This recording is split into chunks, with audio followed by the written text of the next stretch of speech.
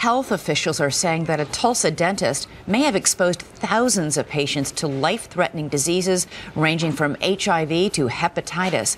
ABC's chief health and medical editor, Dr. Richard Besser, is here with this disturbing story this morning. It is disturbing. You know, I've spent my career in public health, and it's not hard to prevent infections in dental offices. But what they found here was absolutely shocking. Dr. W. Scott Harrington has been a trusted oral surgeon for 36 years.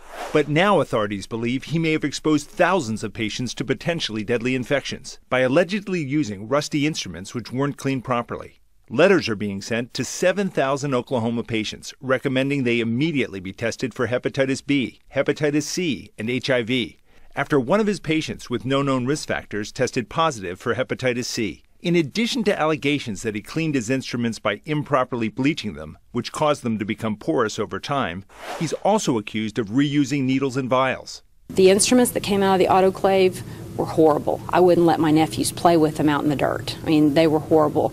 They had rust on them. He even reportedly had medications 20 years past their expiration date and allowed unlicensed assistants to give IV medications. We reached out to Dr. Harrington, but he did not return calls.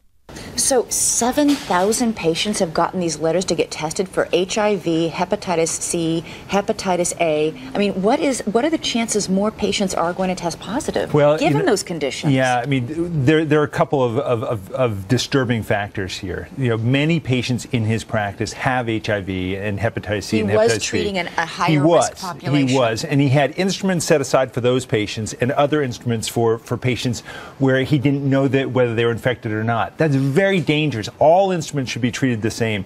You know, last summer there were 8,000 patients from Colorado who were notified, and thankfully there, none of them were infected. Here, there's a much higher chance someone could get sick. But I would have thought soaking instruments in bleach would have killed anything. We keep hearing bleach is the only thing that kills everything. Well, for a lot of things, bleach is the way to go. But these instruments have to go into something called an autoclave, which uses pressure and heat. If you use bleach on them first, it disturbs the outside of the instrument so that the autoclave no longer works. And they become porous and things can get inside. They can seep in, and then the heat and the pressure don't kill those germs. So what are you supposed to look for, Rich? I mean, I go to a dentist office, and usually I've got so much stuff in my mouth I can't see what's going on. A couple clues to look for. The first thing, if you ever see rusty or old instruments, that's a warning sign.